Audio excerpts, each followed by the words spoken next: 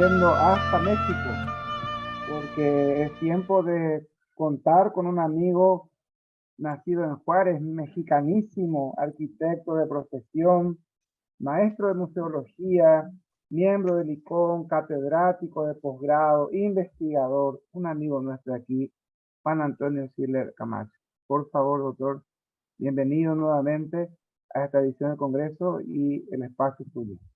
Muchas gracias. ¿Me dan compartir pantalla, por favor? Está habilitado, doctor, si no... Ya.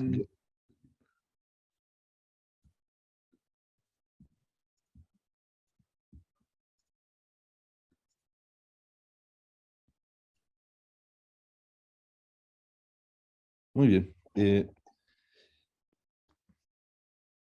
Agradezco esta tercera invitación y a la mesa que tuvimos oportunidad también de realizar recientemente a este foro que me permite actualizar y conocer muchos de los trabajos que amigos y colegas han venido llevando a cabo estos últimos 3 años y conocer muchos de los trabajos recientes de investigación. En esta ocasión voy a presentar un trabajo con mucha arquitectura, o sea, mi formación es de arquitecto y arqueólogo, y me ha interesado en estos recorridos a partir de haber hecho el primer catálogo de monumentos históricos en Baja California y después haber estado en Chiloé, Chile y después en la Paracuaría, en donde he ido poco a poco durante varios años recorriéndolos en campo, como lo hace un arqueólogo, y documentando los sitios a través de prospección. Tuve la oportunidad antes de la pandemia, un año o dos antes, de visitar esta región de Chiquitos en Bolivia, que para mí fue una gran sorpresa. Es decir, quizás había visto algunas imágenes, pero no es lo mismo estar en el lugar y recorrerlo. Este año he realizado junto con Robert Jackson un ciclo de conferencias, alrededor de 30 conferencias semanales, para hacer la difusión y divulgación de esta arquitectura de las misiones y particularmente este año de las de Chiquitos, Bolivia. Me interesa hablar del tema de la conservación del patrimonio de las misiones, particularmente porque muchas de las que había tenido yo oportunidad de visitar y que hemos mencionado en este ciclo son restos arqueológicos. Estas que se menciona que quizás el lugar está, en el caso de Colombia, Venezuela, en algún punto, pues solamente las fuentes históricas nos dan referencia de ellas, pero los restos materiales no han sido posibles todavía identificar. Hoy vamos a hacer un recorrido en el tiempo eh, y con mucha arquitectura. Eh, los textos son que acompañan la exposición van a quedar para la grabación, es decir, mis colegas lo podrán ver en la grabación con más detalle. Por cuestión del tiempo voy a ir solamente tocando algunos aspectos porque quiero hacer un recorrido visual en la segunda parte de mi exposición en donde quiero presentar el tema que quiero desarrollar ahora. Estas son algunas de las claves que voy a usar en mi exposición. Este es un resumen de algunos de los puntos que me parece importante. Particularmente resultó en estas visitas que hice a estas 10 misiones en Chiquitos, eh, la presencia y el estudio que hice al retornar de este suizo Hans Roth Merz, quien gracias a su intervención eh, y su estancia por casi 3 décadas, pudo junto con los pobladores del lugar y escuelas taller un poco a la idea de las misiones jesuitas de hacer escuelas taller, llevar a cabo con los propios pobladores la recuperación de este patrimonio que si no hubiera sido por esta intervención probablemente muchas ya hubieran colapsado por el estado en el que se encontraban. Estos son algunos de los puntos, los que están en este resumen, que voy a tratar tanto con el aspecto de las intervenciones y trabajos de Hans Roth Merz, las recuperaciones de estas misiones y sus poblados, del patrimonio material e inmaterial, eh, de los museos de sitio y la importancia que estos tienen en las poblaciones, y de la tradición musical que también fue recuperada y desarrollada eh, por partituras que fueron encontradas en el lugar, retomadas, pero además por el desarrollo del patrimonio inmaterial que en la región se tiene. Estas son las misiones jesuitas de Guaraní, son las de San Francisco Javier, San Rafael Arcángel, San José, San Juan Taperas en ruinas, es la que prácticamente está destruida, Nuestra Señora de la Inmaculada Concepción, San Miguel Arcángel, San Ignacio, Santiago Apóstol, Santa Ana y Santo Corazón. Las fechas que he puesto ahí corresponden a la última asentamiento, ya que tuvieron mucha movilización, muchas de ellas tuvieron cambios de asentamiento, y he incluido un santuario mariano de la Torre de Chochís hacia 1988, porque un poco mi exposición me interesa no quedarnos en el siglo XVII y XVIII, que han sido muchos de los trabajos que se han venido realizando en torno a las misiones, sino poder hacer un análisis más diacrónico hacia el siglo XIX y XX, y de alguna manera esta presencia de este santuario más contemporáneo del siglo XX da un parámetro histórico más amplio de lo que ha sido la religiosidad, las actividades en esta región, y que no solo se cortan con la expulsión de los jesuitas hacia el siglo XVIII, sino que ha tenido una gran continuidad en una gran tradición. Las misiones que aparecen aquí en amarillo, que voy a tratar más adelante, son las que la UNESCO ha incorporado como misiones Patrimonio de la Humanidad, así como tenemos las de Argentina, Brasil, Paraguay.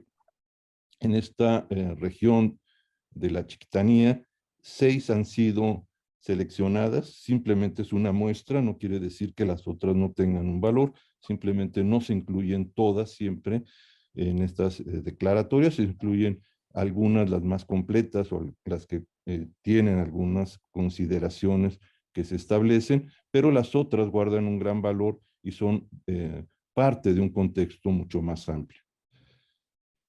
Me pareció importante desde el punto de vista arquitectónico y urbano entender los componentes espaciales de la arquitectura y del urbanismo de estos lugares. Pude identificar 10 aspectos, 10 componentes que me parece que están como variantes y algunas invariantes expresivas, pero las invariantes que son constantes son estos 10 aspectos que he marcado como componentes.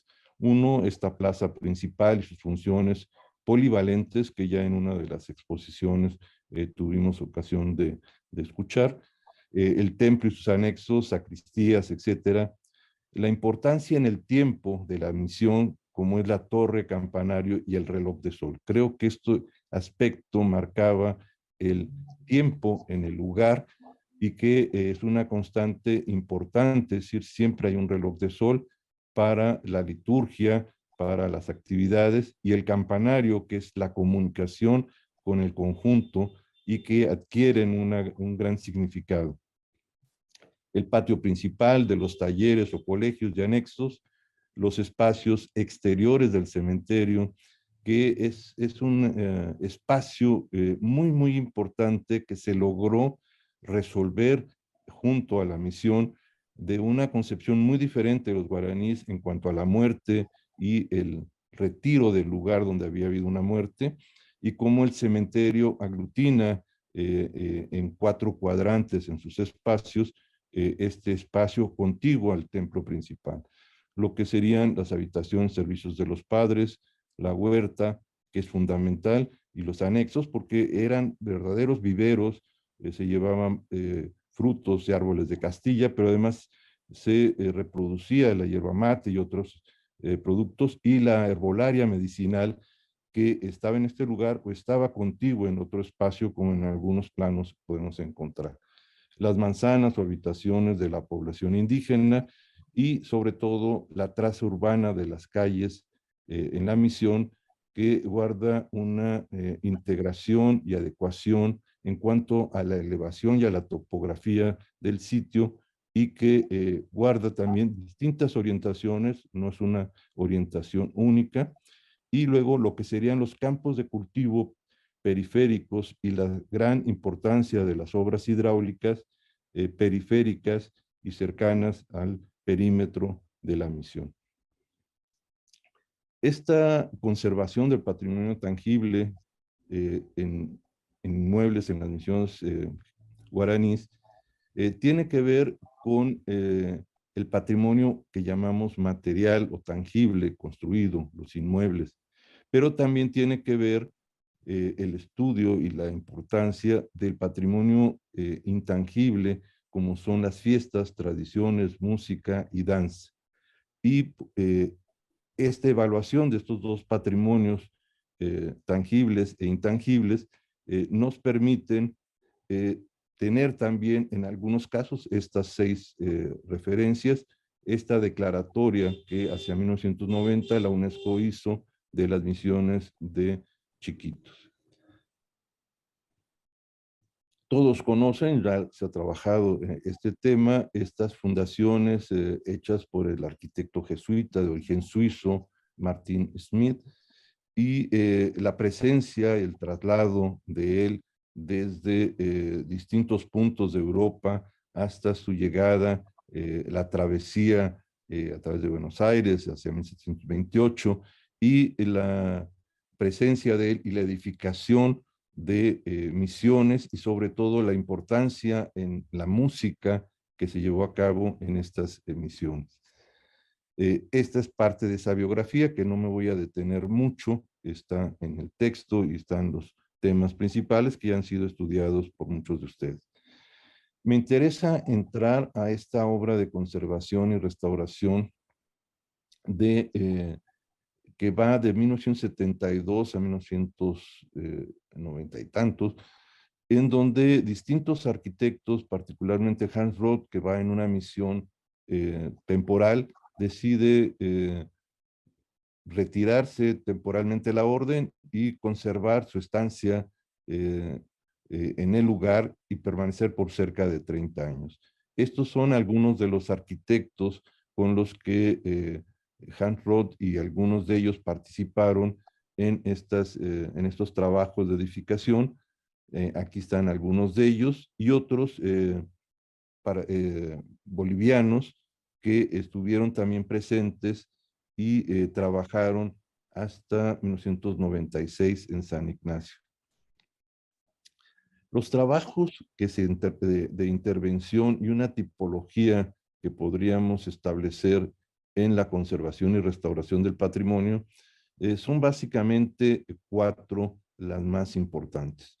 Los trabajos de liberación, que tienen que ver con supresión de elementos agregados sin valor cultural o natural, y ese es un tema difícil. A veces se han retirado cosas que sí tienen una estratificación histórica y han sido liberados de manera incorrecta. Pero algunos otros han afectado la conservación y es importante que estas puedan ser liberados.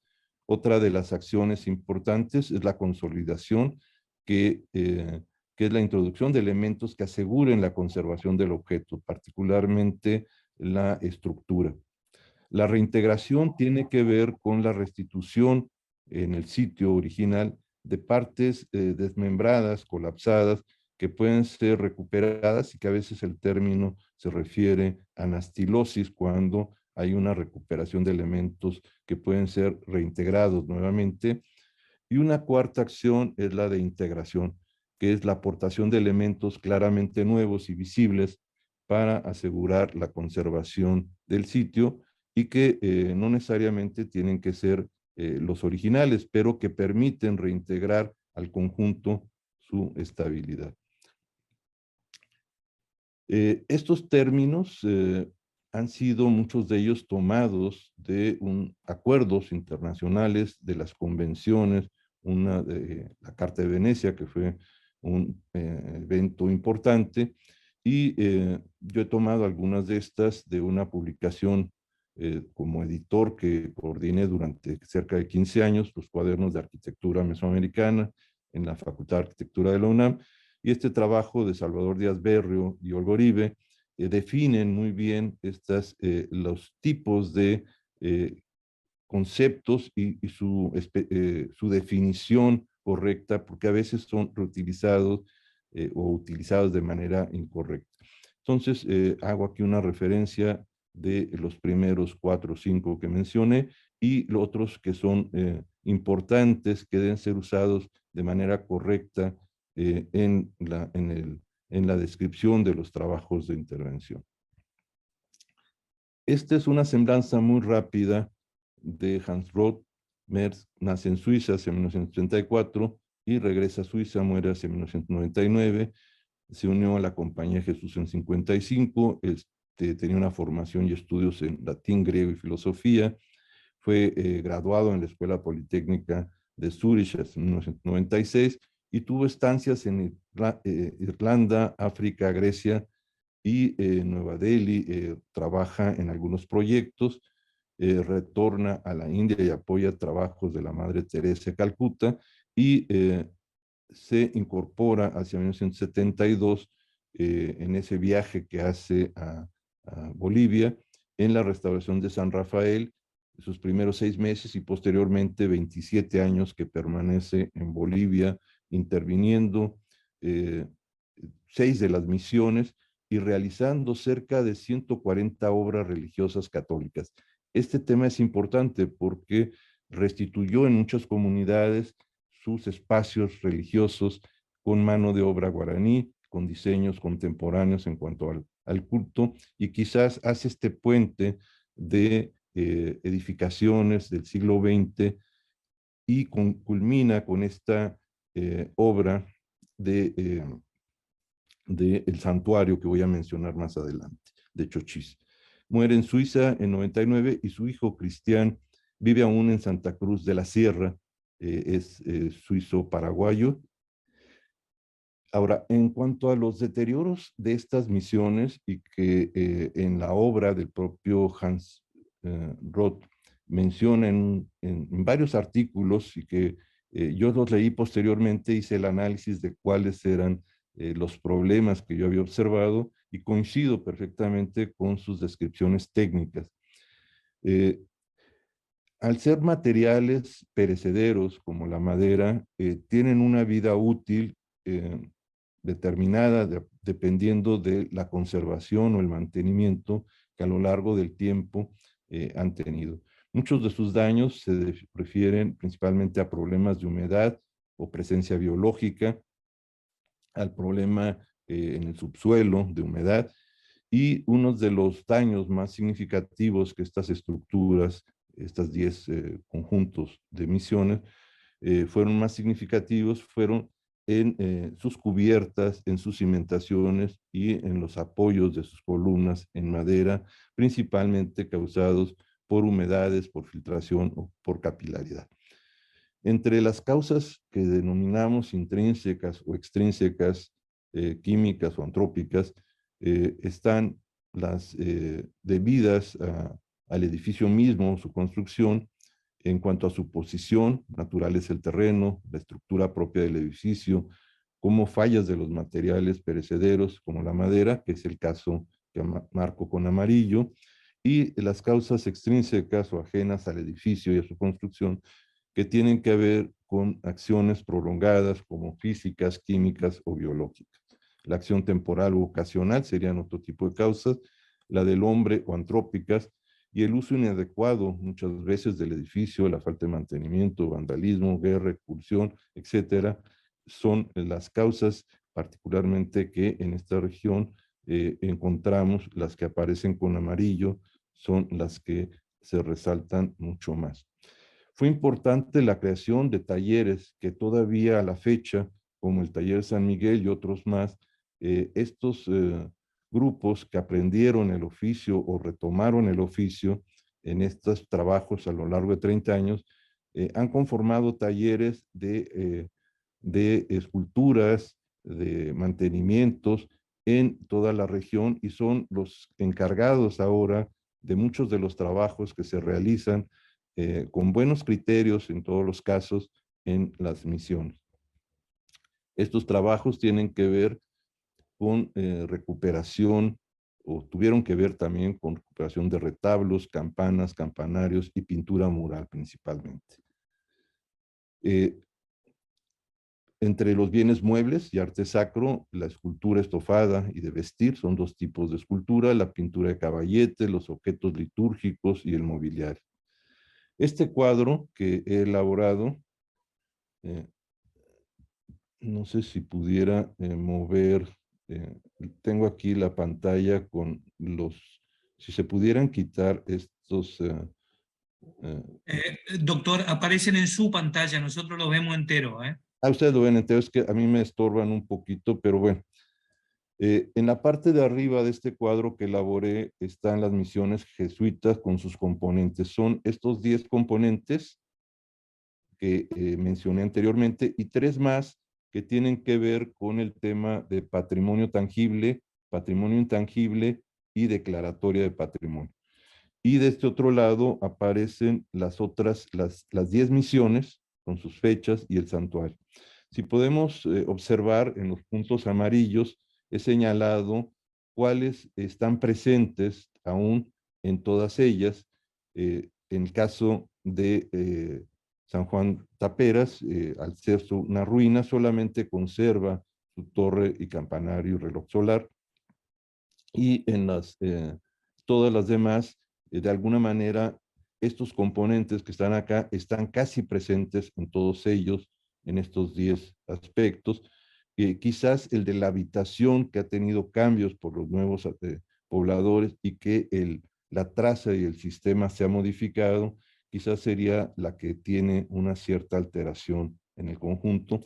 Y luego, en la que yo no puedo ver acá, aparecen casi en todos el patrimonio tangible presente, el patrimonio intangible, que son fiestas y tradiciones también, y las 6 misiones que están marcadas con puntos rojos, en las que han sido declaradas como patrimonio. Este cuadro me permite ver que la relación de patrimonio tangible e intangible ha ayudado a que la tradición y ese uso haya conservado estos vestigios de materiales perecederos.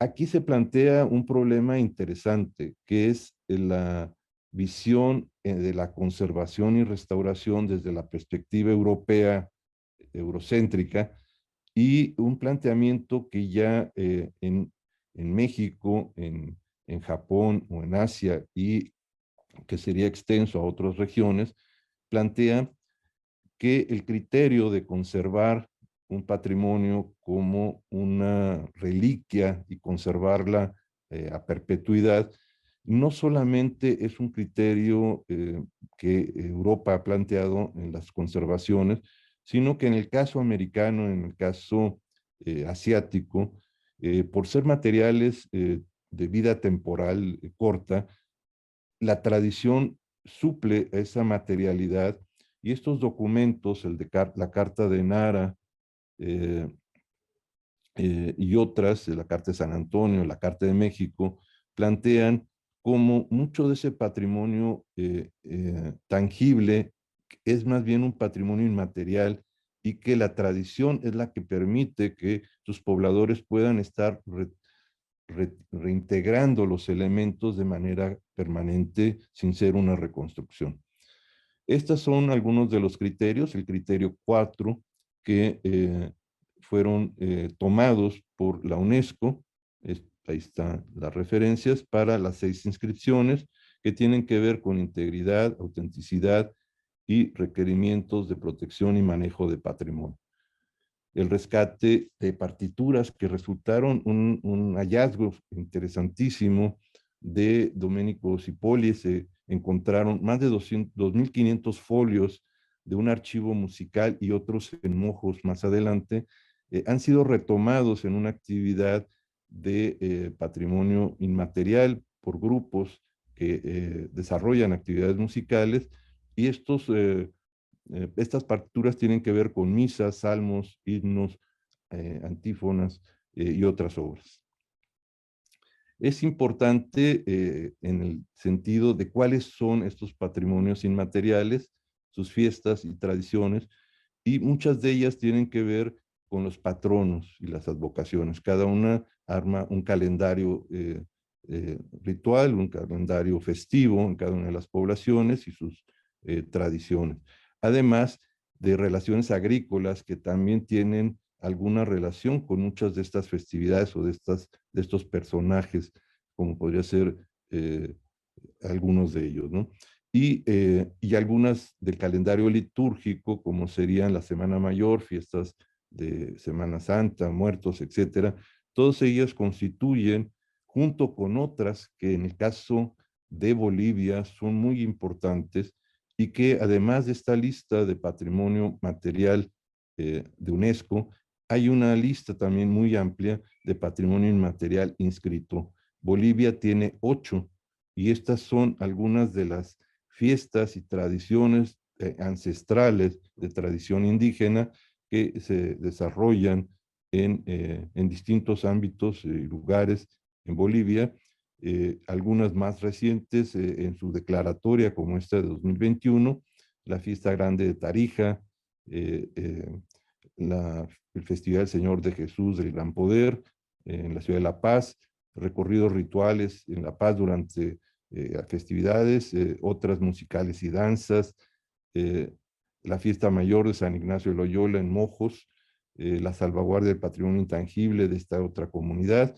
el Carnaval de Oruro, la cosmovisión andina y una que está en proceso de 2023, que es esta en Potosí. En relación al santuario, voy a entrar a este tema. Creo que es interesante la descripción arquitectónica, sus componentes, sus espacios, usos y los participantes en ellas. Aquí hay una descripción de cómo se llevó a cabo, lo voy a explicar más con las imágenes. Y estos son los trabajos hechos de 1982 a 1992 bajo la dirección de Hans Rothmer y con la supervisión de algunos otros arquitectos y artesanos bolivianos que aparecen en la referencia. Algunas de las consideraciones que voy a anticipar a la exposición sería que la conservación y uso posterior de las misiones a la expulsión de los jesuitas debe ser estudiada, no solamente detenernos en ese momento. La conservación de estos espacios son importantes junto con sus actividades inmateriales, la conservación por parte de las comunidades y la apropiación de ellos de ese manejo, tanto de las mayordomías, autoridades culturales, etcétera, y la preservación de las fiestas y tradiciones. Creo que esa dualidad patrimonio tangible e intangible ha permitido la conservación. Estas son algunas referencias para el documento que va a estar grabado y entro a las imágenes que son las que me interesa mostrar rápidamente.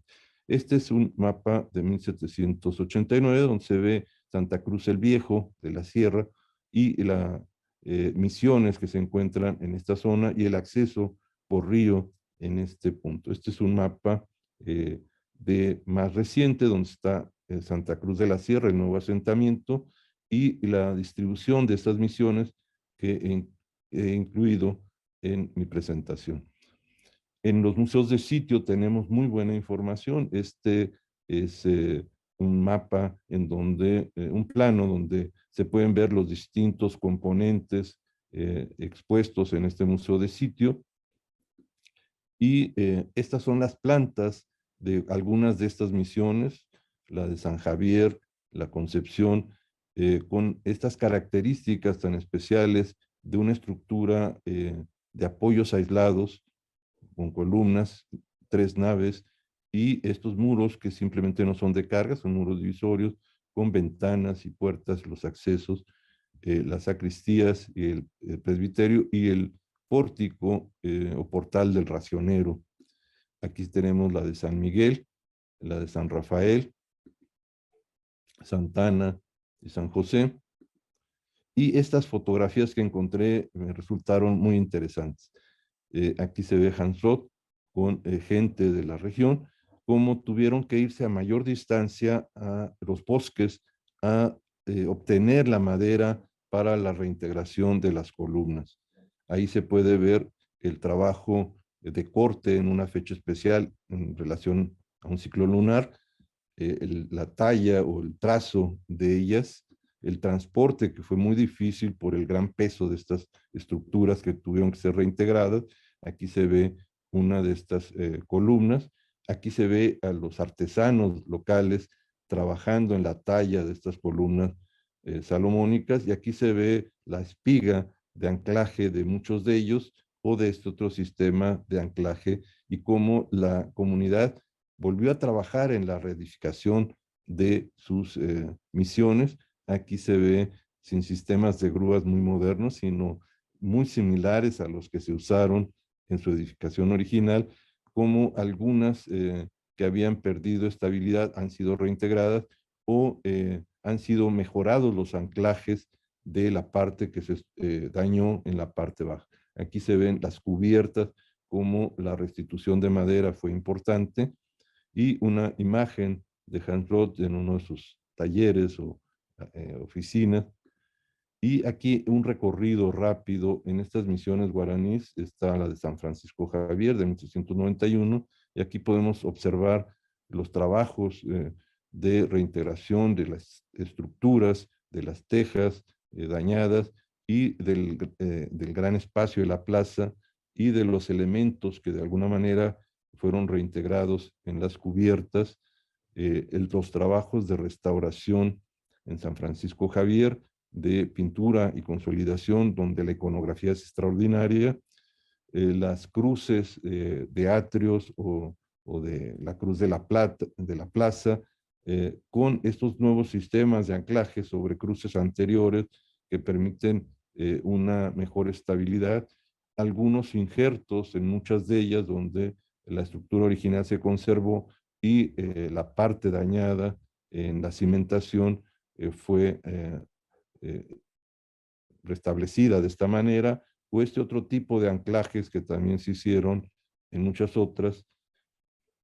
La misión de San Miguel, con estas torres que siempre fueron muy importantes, el portal y los templos, y los espacios interiores amplios de estas edificaciones, los pórticos, como las cubiertas se extendían para proteger las partes laterales, y los sistemas de captación de agua hacia las huertas en la parte posterior. Y aquí se pueden ver los elementos de anclaje. La misión de San José, que es una misión especial de estas 10 misiones, porque tuvo trabajos ya de mampostería, al poder procesar como un mortero a la cal, y haber podido utilizar ya sistemas de mampostería con cal y canto. Es el interior de esta misión. Los sotocoros, el coro alto, donde estaba la parte musical, y en San José, como esta pintura mural tiene la descripción de la misión. Ahí se puede ver la gran torre, el templo, la plaza, las huertas, los anexos, el cementerio, esta parte, y el poblado. Esta, que es la más dañada, la de San Juan Taperas, en ruinas, 1699, y aquí se puede ver lo que se conserva de la torre y del espacio circundante. La de la Inmaculada Concepción, han sido restaurados sus estructuras, sus campanarios, sus corredores. La de Inmaculada Concepción, en donde se pueden ver los trabajos estructurales que se realizaron para estabilizar los apoyos. Aquí se ve anclajes ya de concreto en la parte de abajo, que son más resistentes, y estos anclajes con soleras de metal para hacer la liga y el soporte a la estructura. Estos son en la parte interior. Y los museos de sitio, uno de los museos más amplios es este en la Inmaculada Concepción, donde muchos objetos litúrgicos y arquitectónicos se han confinado. Hay esculturas estofadas, esculturas de vestir, como estas, púlpitos, etcétera. La misión de San Miguel Arcángel, hacia 1709, aquí se puede ver la torre y el interior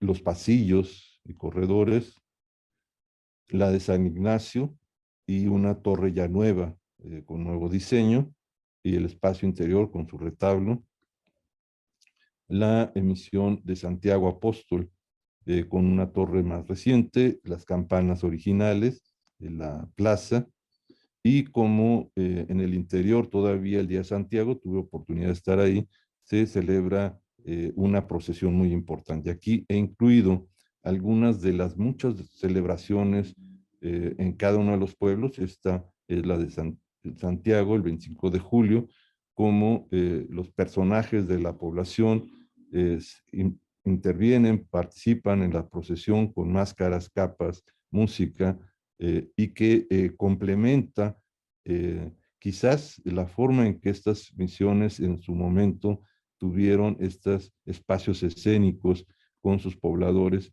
Y este es un patrimonio muy importante porque la comunidad sigue realizando sus festividades. Esta es la misión de Santa Ana, que es muy bonita. Este es el interior y los sistemas constructivos de materiales propios de la región. Este es uno de los órganos antiguos que fue restaurado. Y esta es la del Santo Corazón, hacia 1760, donde se conserva parte de ella. La plaza es muy grande, se ha conservado, tuve oportunidad de ver una foto aérea, y esta es la declaratoria que se hizo de esta inscripción, de estas 6 misiones hacia 1990. Y la información de los museos, sobre todo de los museos del sitio, hablan de planes de manejo y gestión. Eso es muy importante eh, para que los pobladores y la gente sean los que realicen el mantenimiento como siempre lo hicieron, a través de conocimientos, artesanías, mejoramientos no solamente de la iglesia, sino de su vivienda tradicional, las escuelas y la rehabilitación de muchos de ellos. Los instrumentos musicales, el arpa paraguaya y otros, los talleres como este, en donde siguen trabajando, y aquí podemos ver pedidos que se hacen de distintos lugares y que estos eh, artesanos formados en estos trabajos lo hacen ya de manera propia. Y entramos a la última parte, que es el santuario mariano de Chochís, que me parece muy interesante. Esta es la planta arquitectónica, un alzado, un isométrico de Hans Roth. La iglesia es este espacio, el espacio interior de la iglesia, que ya tiene que ver con una nueva liturgia, es el Concilio Vaticano II, en donde se maneja como congregación. Estos son los accesos, la entrada, y luego hay 2 espacios escénicos exteriores. Este que es como una especie de capilla abierta, en donde los feligreses y los que acuden al santuario eh, ocupan esta ladera del cerro, y desde acá es donde se oficia la misa, un campanario, y luego estos dos brazos que tienen, son 2 corredores con caminos procesionales, con temas marianos y temas de la pasión, y un tema relativo al propio santuario. Y luego en este otro espacio, es un espacio escénico para actividades de música, danza, en un espacio exterior, lo que se hacía en los atrios o en las plazas. Este es el espacio interior donde la congregación está alrededor de un árbol, que ese es el sentido de y las esculturas que están en la parte de arriba fueron talladas por guaraníes, por gente de talleres, puertas en donde la talla tiene una iconografía muy interesante, y luego el peñón, que tiene que ver con la referencia al santuario. Y este es el presbiterio, como esta figura de la cruz, el púlpito, forma parte de esta capilla abierta con la referencia a los evangelistas. Aquí se ve San Marcos con el león, San Lucas, San Juan, San Mateo. Aquí se ve esta otra.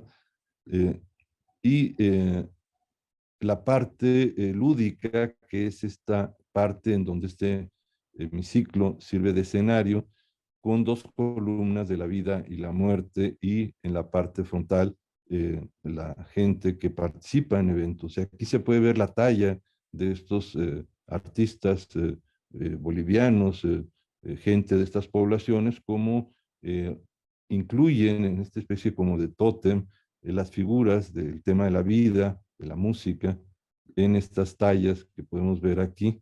Se ve una virgen, se ven estas máscaras y figuras, y luego los dos corredores, que son estos, es un corredor donde se ve un Vía Crucis, los marcos estos están tallados por estos artesanos, y esto tiene que ver con la catástrofe que se tuvo en 1979, que da lugar a este santuario, un accidente por una caída de agua, y cómo es señalado en esas tallas, y luego la presencia de grupos de artistas que también participaron, europeos, con un sentido más geométrico en estas columnas, en uno de los brazos, y en una placa aparecen todos los personajes, todos los artistas y colaboradores, y una fotografía de Hans Roth con el padre Smith. Estas son algunas de las maquetas que en uno de los museos, de todas estas edificaciones que se hicieron en todos los poblados, y que aparecen aquí algunos de estos modelos hechos en madera de los distintos diseños de espacios religiosos ya del siglo XX, que dieron continuidad a muchas de estas poblaciones. Aquí se ven algunas de estas maquetas de las más de 160 edificaciones que se hicieron. Y con esto concluyo rápidamente con este recorrido visual mi intervención. Gracias, doctor Siler Camacho, Auyereten de BBI. Gracias. Carlos. Muchísimas gracias, doctor Juan Antonio Siler Camacho. Un gusto, como siempre, que nos acompañe. Otro amigo que nos acompaña desde el primer congreso y que está presente todos los años. Muchísimas gracias. La verdad es que yo quisiera pedirle una reflexión, porque desde su visión no solamente turística, sino de puesta en valor patrimonial, arqueológica, tiene una visión con varias corrientes, como para poder hacer un análisis de esta necesidad muchas veces de el aprovechamiento turístico sin terminar de hacer la puesta en valor, donde se pone el carro delante del caballo tratando de explotar el recurso sin la preservación, sin el cuidado, sin las condiciones indicadas. Sí, indudablemente el circuito de la Chiquitanía es algo que está muy desarrollado, pero hay muchos lugares donde recién se está empezando con esta situación, es decir, con visibilizar el recurso, no como un recurso cultural, sino como un recurso turístico meramente, y esto necesita una cuestión de protección y una cuestión de reflexión y una enseñanza que se debe dejar con esa gente. Así que me parece interesante, en base al trabajo que presentó el doctor Siler Camacho, escucharlo en una reflexión sobre esto.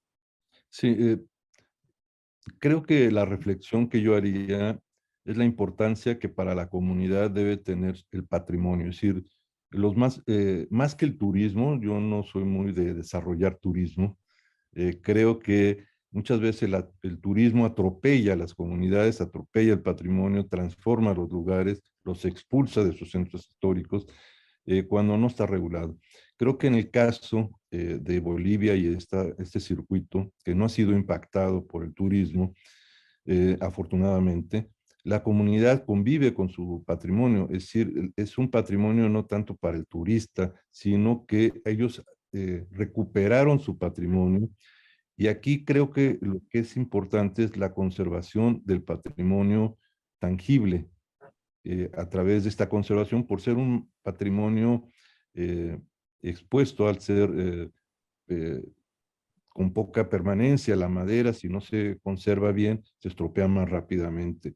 Pero la formación de que los propios cuadros de los pobladores sean los que intervengan el edificio es una continuidad al proyecto misional.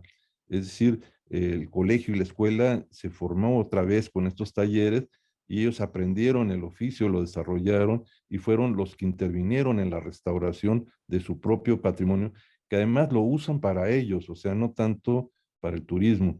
Y de ahí la importancia de lo que se ha llamado patrimonio inmaterial, patrimonio intangible, que a mí me gusta más el término de patrimonio antropológico.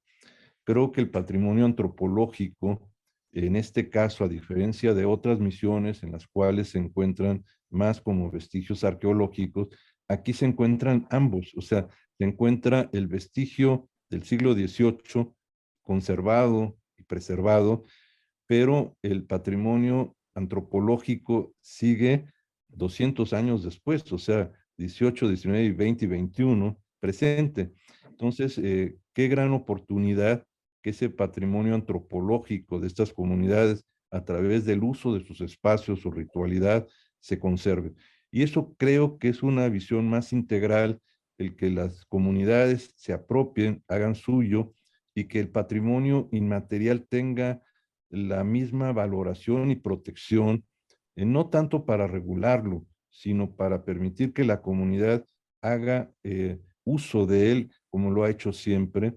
Y como pudimos ver el día 25 de julio en Santiago, la comunidad sale a hacer procesiones durante todos los días, o durante todas las horas de ese día en el poblado, hay músicos, es decir, es una fiesta patronal, pero debe tener otras fiestas también que en cada una de esas comunidades se realizan.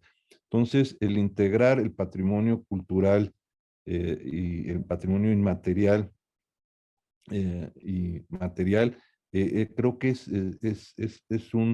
muy frágil. El patrimonio antropológico, si no se respeta, se altera. Entonces, creo que aquí este patrimonio se ha prolongado y hay que conservarlo, que creo que ese sería uno de los objetivos de estudiar, no el patrimonio de estas misiones hasta un corte sincrónico, sino estudiarlo en una perspectiva diacrónica que nos acerque a ese patrimonio como en el siglo XXI sigue presente. Voy a eximir al amigo isabelino de este comentario que voy a hacer, porque es sobre algo de Paraguay. Hace unos años atrás, con una amiga ministra de Turismo, discutíamos sobre el proyecto de luz y sonido que desarrollaban en Trinidad del Paraná, en Paraguay. Y yo, con una cuestión proteccionista, y ella me hacía una reflexión como lo siguiente: mira, Carlos, a mí entra aquí en Paraguay todos los días por Encarnación y sale por Ciudad del Este la misma cantidad de gente. Es decir, no se quedan a pasar ni una noche aquí. Es decir, no derrama el atractivo turístico, no ayuda al desarrollo de una región. Entonces, si no montamos algo que los haga quedar, realmente nunca se va a desarrollar turísticamente. ¿Lo entendí a la explicación? Claro que entendí. Pero creo que es muy importante dejar en claro el punto de equilibrio entre la explotación del recurso y la conservación y preservación del recurso. O sea, lo eximí a Isabelino porque Isabelino, bueno, tiene a cargo hace muchos años el Museo de Arte Sacro de Santa María de Fe en Paraguay, y sabe exactamente de lo que estamos hablando. Es más, vivir en un casco histórico, vivir sobre un sitio arqueológico, y este tema lo hemos hablado muchas veces, tiene un punto de inflexión, tiene un punto de equilibrio, perdón, tiene un punto de equilibrio. El recurso se puede explotar sin afectarlo, porque también sería injusto conservarlo sin que derrame en esa comunidad el interés turístico, la explotación, sin duda. Ahora, no se puede mirar solamente la explotación turística sin la puesta en valor, sin la generación de contenido, sin la estructura, sin la concientización para la comunidad que vive en ese lugar y que tiene que preservarlo. Robert Jackson está pidiendo la palabra. Gracias. Dos comentarios. Un poco más sobre lo que estabas diciendo, Carlos. Hace varios años, cuando vi la luz y son de San Ignacio, me dijeron que para poder poner las imágenes sobre las ruinas, usen agua. Que obviamente para la conservación de un edificio histórico no es muy buena idea. Y hace varios años hubo un escándalo aquí en México porque en las pirámides de Teotihuacán, porque querían hacer el mismo programa de luz y son y para asentar su estructura borraron pequeños hoyos en las pirámides. El otro comentario, y yo sé que Esteban Snider está trabajando eso mucho en las misiones guaraníes. También hubo en las misiones de Chiquitos, no solamente los conjuntos nacionales, sino también estancias y puestos.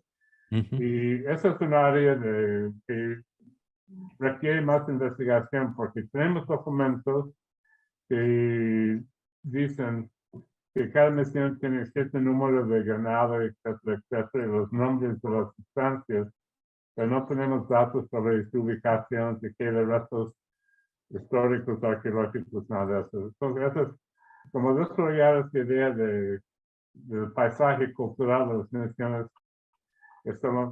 hay que expandirlo y estar viendo eso también este elemento. Gracias. Gracias, Robert. Septimio, no sé si hay alguien más en la sala con preguntas. Quería yo comentar algo en lo que hacen otra pregunta. Sí, perdón. Olvidé mencionar que ese hallazgo de estas partituras que forman parte ya de un acervo importantísimo junto con las de Mojos, más de 4.500 partituras, que se tenía noticia pero no se conocían, han sido integradas muchas de ellas en una actividad muy importante, es decir, hay un turismo cultural muy controlado al parecer. Cada 2 años se celebra el Festival Internacional de Música Barroca. Entonces, qué importante que en un lugar donde se desarrolló la construcción de instrumentos, el conocimiento de la música, en estos espacios de manera ordenada, se realizan conciertos por grupos locales, grupos nacionales, y hay una afluencia internacional muy, muy importante de un turismo con buen nivel que asiste cada 2 años a este festival de la música barroca, en donde muchas de estas partituras, de estas músicas se pueden apreciar en su propio contexto, es decir, escuchar la música barroca en un espacio barroco es una oportunidad única. Entonces, este patrimonio, como es la música, ha sido retomado en estos proyectos de estas misiones y de manera itinerante van haciendo estos conciertos cada 2 años en distintas misiones en donde hay una capacidad de carga, es decir, esos son los que pueden asistir y los intérpretes son pobladores, son jóvenes que hacen la estafeta para desarrollar esta actividad musical propia. Entonces, el desarrollar un patrimonio inmaterial y conservarlo y desarrollarlo, particularmente de música barroca, creo que es importantísimo como proyecto en estas misiones de Chiquitos. Isabelino, continúa. Nada más por lo menos también en pequeño, en medida muy pequeña, pero para colaborar con esa línea, ¿no? También del lado paraguayo hacemos algo de la música en los sitios que evidentemente ayuda a a ubicarnos en el espacio y de alguna forma no constituye un atentado directo. Quizá después dar a conocer también algunas líneas sobre lo que son las intervenciones directas en imaginería, por ejemplo, intentando conservarla muchas veces y con unos criterios un poco complicados, ¿verdad? Eso creo que Flavia puede también después en algún momento dado hablar sobre esto, pero es para abrir un poco de fuego en esa línea de esto de poner puesta en valor de todos estos sitios. Recordar nada más también, lo que Juan Antonio, amén de lo que está exponiendo, de que otro gran músico de Fernanda Martínez Smith, que llegó a pasar por las misiones de Paraguay, que también hemos logrado hacer por lo menos una pequeña grabación aquí de parte de sus partituras en Santa María de Sé, justo antes de la pandemia, en el 19, y está hoy también eso para el público de Jungle Baroque, que es el nombre del disco, que fue producido aquí desde Santa María de Sé. Nada más que eso. ¿Hay alguna consulta más por ahí para el doctor Camacho? Sí, hay una. Don Esteban, ¿sí? Muy bien, la mano levantada. Sí, buenas tardes. Sí, respecto a esto que estamos charlando aquí, quisiera mencionar algunas experiencias que se están haciendo aquí en la provincia de Misiones, Argentina. Si bien aquí el tema de luz y sonido tiene ya una larga historia que se había implementado en un primer momento en San Ignacio Miní, hoy hay otro espectáculo en donde entra en juego la proyección de imágenes, etcétera, pero desde hace un par de años se están realizando experiencias muy novedosas que tienen que ver con la recreación de las vías procesionales dentro de los conjuntos jesuíticos. Nosotros tenemos dos conjuntos jesuíticos muy particulares. Uno es el de Loreto. Loreto tiene una vía procesional que atraviesa todo el pueblo, que nace en la capilla de la Virgen de Loreto y culmina a 1500 metros en una especie de cerrillo en donde está el Monte del Calvario. Ese escenario de 1500 metros que partía de la capilla de la Virgen, pasaba por frente al templo, donde estaban las reliquias del padre Montoya, y seguía hasta el Monte del Calvario, era un evento en el periodo jesuítico, convocantes de todas las reducciones de la zona, a tal punto que en un momento el padre Queirini, por ejemplo, el provincial, prohibió de que los habitantes de Santa Ana y de San Ignacio asistieran a esa procesión porque esos pueblos se quedaban sin gente para sus celebraciones. Bueno, hoy en día se han hecho trabajos de arqueología muy interesantes que han rescatado a los vestigios de la capilla de la Virgen de Loreto.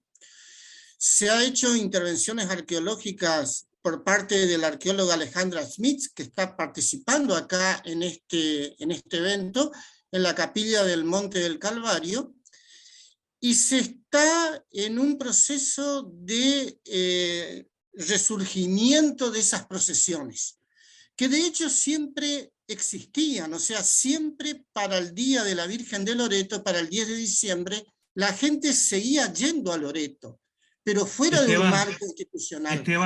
Esteban, sí. Perdón, síntesis para hacer el aporte, por favor, porque debemos continuar el desarrollo. Síntesis, por favor. Entonces, esas procesiones se están generando y de una manera magnífica con la participación de la población en el entorno de la misma reducción, con ciertas medidas de cuidado y de precaución para, digamos, que no generen impacto sobre el monumento. Del mismo modo se está haciendo en Corpus con un evento que es la procesión del Corpus Christi, que era tradicional en la reducción de Corpus, y que a partir de hace aproximadamente 3 años se lo está volviendo a poner en práctica. Quería aportar esto como experiencia que se está haciendo aquí en la provincia de Misiones. Muchas gracias, Esteban. Continuamos. Gracias, doctor Silvio Camacho. Evidentemente, continuamos con nuestras mesas, con esas historias posteriores. Esto es una manantial que va a seguir brotando para todos nosotros.